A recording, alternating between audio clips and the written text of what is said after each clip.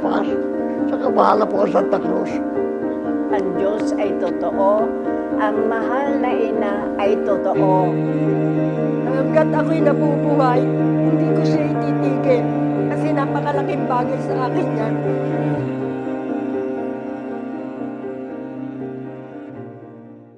Ako po si Josefina P. Gomez from BFL Subdivision at kasalukuyan pa din na uma-attend ng Parish Council meeting.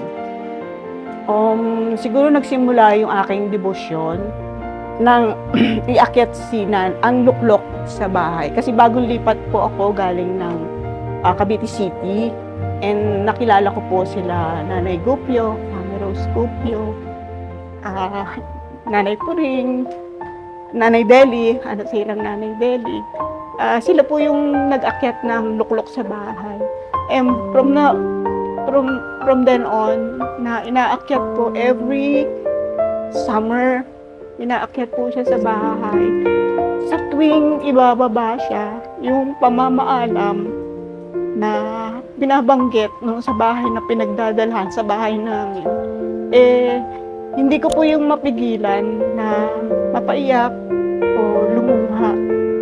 Pero siguro po yun dala din ng kasiyahan na kahit papano naiakyat ang santo sa bahay.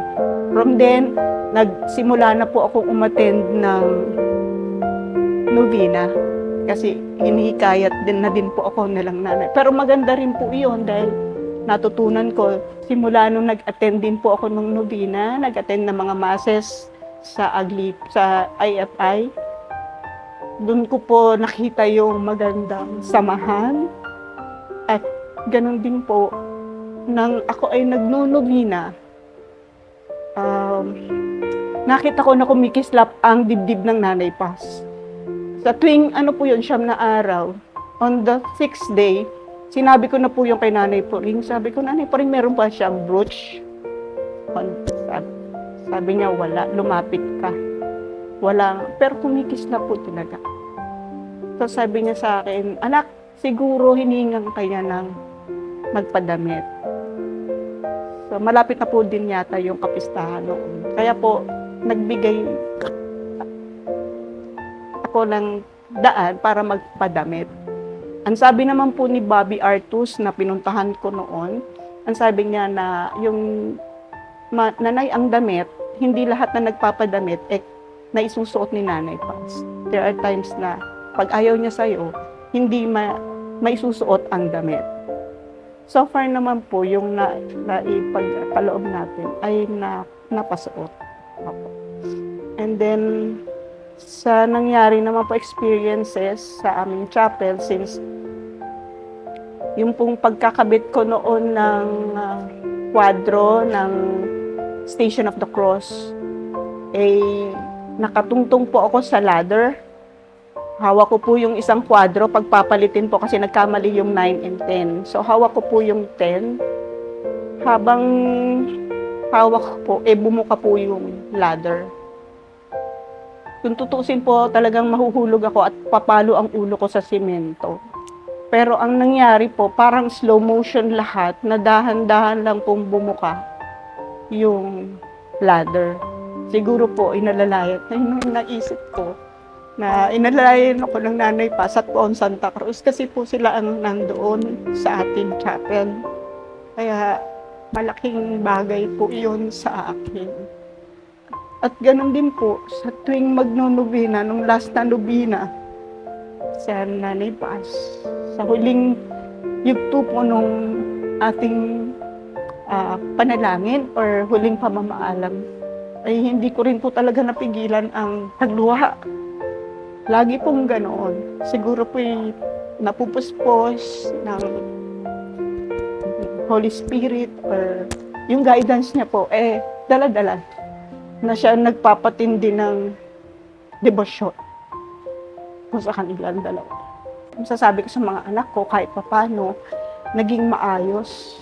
Since naiwan kami ng maaga ng mister ko. Hindi po, siguro po ang aking mga panalangin ang nadidinig sa aking pakiramdam, sa aking wari. Nadidinig ng Panginoon. kasi sila yung namamagitan sa ating pagtawag sa ating Ama sa Langit. Yun ang aking paniniwala. Sa maliliit na bagay, nakikita mo sila, nararamdaman mo na natutupad din yung mga panalangin na hinihiling mo at nagiging matibay ka sa pagsubok na dumadating sa buhay mo. Lalo ka nagiging matatag dahil merong kang sandigan. Kahit maraming pagsubok na dumadaan sa buhay mo, parang nagiging magaang lang. Although talagang, syempre hindi na ganun kadali na sabihin, oo, nalagpasan ko. Pero as you go on, step by step, nandun siya, parang inaalalayan ka niya habang binabata mo yung problema, pinagdadaanan mo yon, nandun siya, para kang merong sandigan, na merong kang nanay at tatay na nahihinga ng tulong. Buong puso at walang hanggang pasasalamat sa gabay, patnubay, at lalo-lalo na sa pagmamahal sa amin, sa aking pamilya. At ganun din sa simbahang ating kinakatawan, ang IFI, na patuloy na tayong biyayaan